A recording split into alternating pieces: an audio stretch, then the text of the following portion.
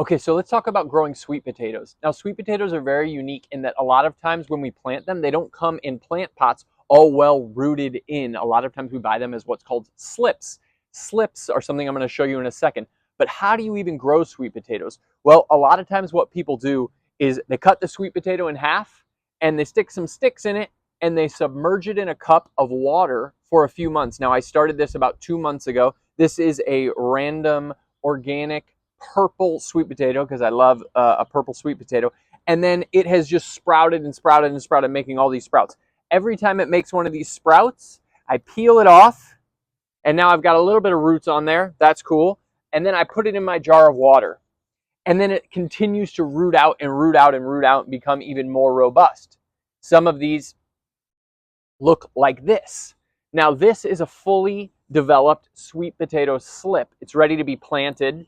It's warm season in May. We can start to plant sweet potato slips if we'd like.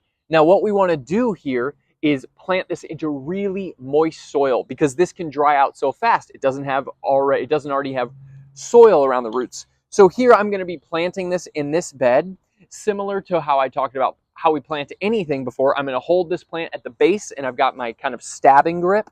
I'm going to go back and forth into the soil and open up a little bit of just a cavity here for this bare root plant to go in. If these roots are too robust, like I can even pinch these back, no problem, so that they fit nicely into the hole.